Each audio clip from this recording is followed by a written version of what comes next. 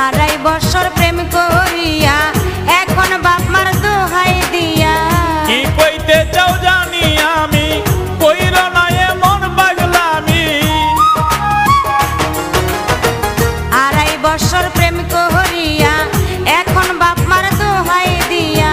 কি কইতে চাও জানি আমি, কইর না এমন পাগলামি। 8-9 বছর ধৈর্য ধরো, বিয়া করে বাঁধব ঘর। কইরবি